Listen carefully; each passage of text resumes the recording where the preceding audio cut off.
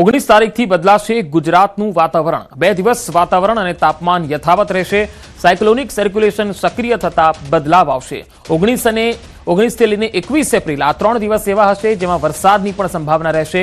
19મીએ ભાવનગર અમરેલીમાં માવઠાની શક્યતા છે। મહીસાગર, દાહોદ અને છોટાઉદેપુરમાં પણ વરસાદની શક્યતા રહેશે। તો 20 એપ્રિલે ભાવનગર અને અમરેલીમાં માવઠાની શક્યતા છે। તાપી અને ડાંગમાં પણ વરસાદની આગાહી છે। 21 એપ્રિલે ભાવનગર અમરેલીમાં માવઠાની આગાહી છે। ભરૂચ અને સુરતમાં પણ વરસાદની આગાહી કરાઈ છે। South east Pakistan adjoining Rajasthan पे 0.9 kilometre above mean sea level एक साइक्लोनिक सर्कुलेशन है और साथ में एक ट्रफ है जो नॉर्थ वेस्ट राजस्थान से साउथ वेस्ट एमपी तक गया हुआ है ईस्ट राजस्थान से होते हुए। लेकिन इन प्रणालियों का कोई विशेष प्रभाव गुजरात के ऊपर नहीं है और आज हम उम्मीद करते कि मौसम शुष्क रहेगा। डे 1 डे 2 यानी कि 17-18, जो डे 3 से डे 5 है यानी कि 19, 20 और 21 अप्रैल को छिटपुट स्थानों पर सौराष्ट्र कच्छ में और गुजरात रीजन में हल्की से मध्यम बारिश हो सकती है। हवामान निष्णात अंबालाल पटेले मोटी आगाही करी छे। तारीख 19 થી 21 માં વરસાદ થવાની શક્યતા છે। પ્રી મોન્સૂન એક્ટિવિટી થશે અને ગરમીથી રાહત મળશે। પવનની ગતિ 40 થી 50 રહેવાની શક્યતા છે। મહત્તમ તાપમાન 40 ડિગ્રીની આસપાસ રહી શકે છે। હમણાં તારીખ 19 ને 21 માં વરસાદ થવાની શક્યતા છે। પ્રી મોન્સૂન એક્ટિવ થશે અને આ પ્રી મોન્સૂન એક્ટિવિટીના કારણે રાજ્યના કેટલાક ભાગમાં ગરમીમાંથી રાહત મળવાની શક્યતા રહેશે। ખાસ કરીને આ પ્રી મોન્સૂન એક્ટિવિટી માં પવનની ગતિ વધારે છે। કોઈ ભાગમાં પવનની ગતિ 40 કિલોમીટર તો કોઈ ભાગમાં 50 કિલોમીટર રહેવાની શક્યતા રહેશે। ખાસ કરીને વિદર્ભના નીચેના ભાગોમાં પવનની ગતિ વધારે રહેવાની શક્યતા રહેશે અને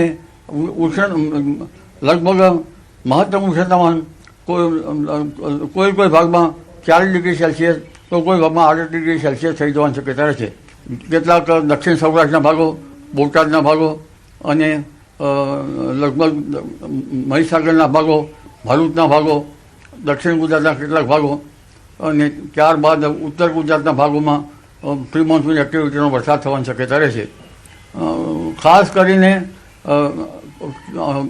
સૌરાષ્ટ્રના દક્ષિણ સૌરાષ્ટ્રના કેટલાક ભાગોમાં વાદળવાયુ પણ આવવાની શક્યતા રહેશે।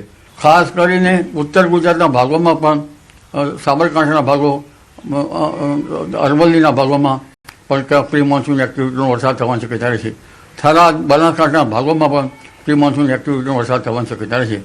મહેસાણાના ભાગોમાં, પાટણ સમી હારીના ભાગોમાં પણ હવામાનમાં પલટો આવવાની શક્યતા રહેશે અને ક્યાંક છાંટાછૂટી થવાની શક્યતા રહેશે। જો કે પ્રી મોન્સૂન એક્ટિવિટીનો વરસાદ બધે થવાની શક્યતા રહેશે નહીં।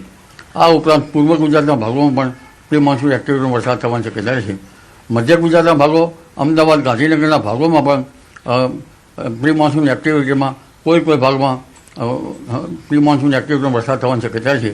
કોઈ ભાગમાં ગાજવીજ થાય તો ક્યાંક કરા પણ પડી શકે અને ઉત્તર ભારતના ભાગોમાં પણ હવામાનમાં પલટો આવવાની શક્યતા રહેશે। તારીખ 24-25થી ગરમી વધવાની શક્યતા રહેશે। તારીખ 26 થી 28માં ગરમી ઘણા ભાગોમાં જોર પકડશે। લગભગ મધ્ય ગુજરાતના ભાગોમાં, વડોદરા વગેરે ભાગોમાં મહત્તમ ઉષ્ણતામાન 42 ડિગ્રી સેલ્સિયસ થઈ જવાની શક્યતા રહે। કોઈ ભાગમાં 43 ડિગ્રી સેલ્સિયસ પણ થઈ શકે।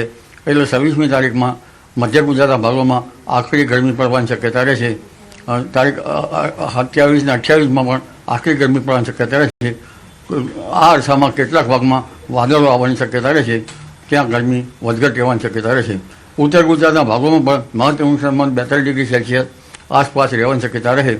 તારીખ 26, 27 અને 28માં અકળાવનારી ગરમી પડશે, ભેજનું પ્રમાણ વધારે રહેશે અને આ ગરમીના કારણે હવે ધીરે ધીરે પવનની ગતિ વધશે। ગરમીના કારણે પાથરેલા જે વેપાર કરતા વેપારીઓ અને ખરા તાપમાં કામ કરતા મજદૂરોમાં ડિહાઇડ્રેશન ના થાય એનું ધ્યાન રાખવાનું રહેશે।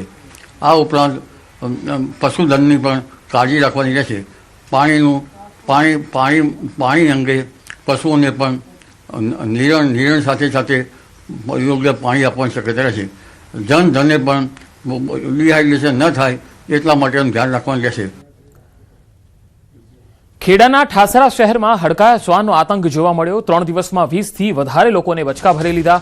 એક જ દિવસમાં 12 થી વધુ લોકોને બચકા ભર્યા. ઘાયલ થયેલા લોકોને પ્રાથમિક સારવાર આપવામાં આવી.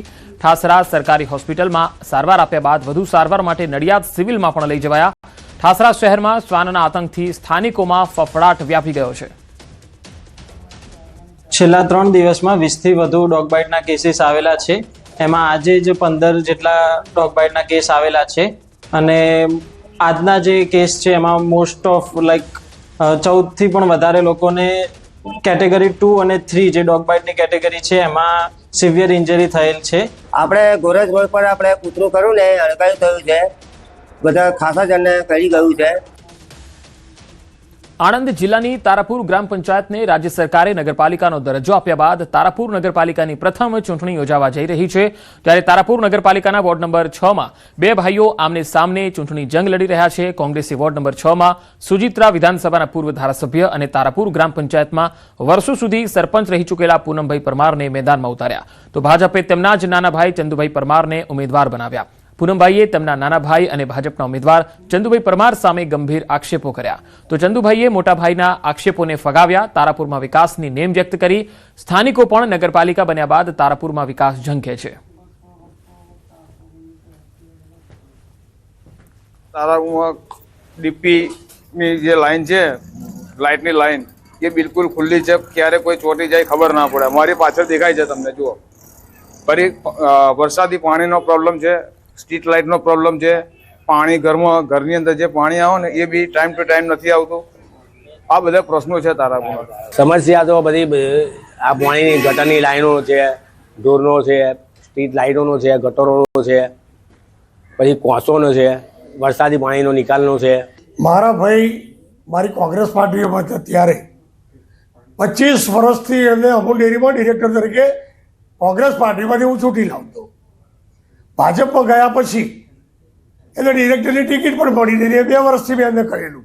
અમૂલની પહેલાં મારા છોકરાની સામે આવ્યા.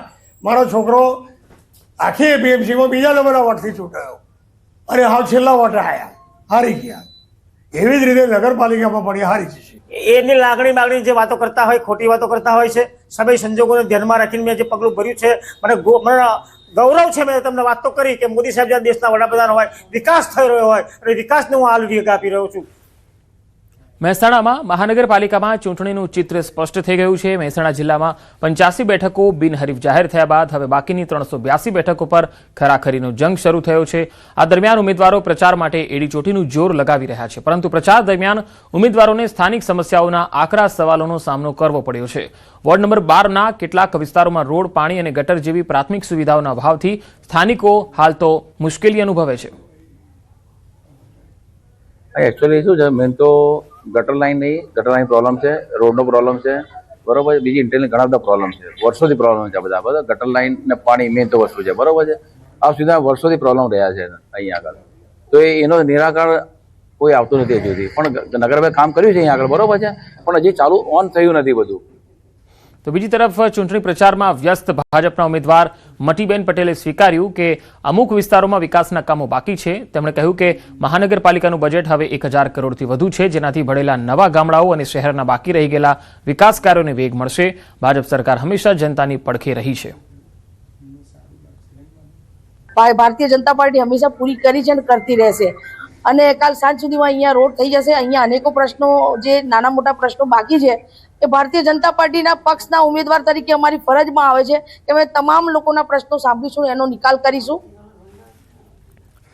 છોટાઉદેપુરમાં સ્થાનિક સ્વરાજ્યની ચૂંટણીના પ્રચારની શરૂઆત થઈ. ભાજપ દ્વારા આ શરૂઆત થઈ ગઈ છે. ત્યારે આજે બાળ અને મહિલા કલ્યાણ મંત્રી મનીષાબેન વકીલ બોડેલી તાલુકાના પાણેજ ગામે પહોંચ્યા. પાણેજ ગામમાં ચોમાસા દરમિયાન પાણી ભરાવાની સમસ્યા અને નેશનલ હાઈવે 56 4 બનતા ગામનું લેવલ ઊંચું જતા વધુ પાણી ભરાવાની શક્યતા અંગે પૂર્વ સરપંચે રજૂઆત કરી. આ વચ્ચે રાજકીય ઉથલપાથલ વચ્ચે ભાજપના તાલુકા પંચાયત પ્રમુખ શીતલ કુંવરબા મહારાઉલને ટિકિટ ન મળતા તેમના પતિ હેમરાજસિંહ મહારાઉલે અપક્ષ ઉમેદવારી નોંધાવી છે. આ સંદર્ભમાં મતદારોને રીઝવવા પહોંચેલા મંત્રીએ નામ લીધા વિના અપક્ષ ઉમેદવાર પર નિશાન તાકતા કહ્યું કે રાજ્યમાં ભાજપની સરકાર છે. અપક્ષ અને બીજા પક્ષમાંથી જીતેલા ઉમેદવાર તમારા કામ કરાવી શકવાના નથી. નદી ઉતરીને માલ લેવા જવું પડે છે અને ટાઈમે આપે તો આપે, નહીં તો ના પણ મળી શકે એવું છે. અમારી માંગ છે કે અમારું એસેસન અમારા પાણી જ માં જોઈએ, એટલી માંગ છે. અમારે ચોમાસાની અંદર કોઈને બહાર નીકળવાનો આરો રહેતો નથી અને ઘણી એવી મુશ્કેલીઓ અમારે વેઠવી પડે છે, જેથી કરી આજના દિવસે આપણા ગુજરાતમાંથી મંત્રી શ્રી પધારેલા એમને આ રજૂઆત કરવામાં આવે છે. સરકારમાં રાજ્યમાં સરકાર ભારતીય જનતા પાર્ટીની છે, રાષ્ટ્રમાં સરકાર કોની છે તો ભારતીય જનતા પાર્ટીની છે. તો નીચે જ્યારે જિલ્લા કક્ષાએ ભારતીય જનતા પાર્ટીની સરકાર બને છે ત્યારે જે એકબીજા સાથે મળીને કામ કરવાનું હોય છે સહેલું થઈ જતું હોય છે. કોઈ તમને ધાક ધમતી આપશે પણ એ તમારું કામ નહીં કરાવી શકે.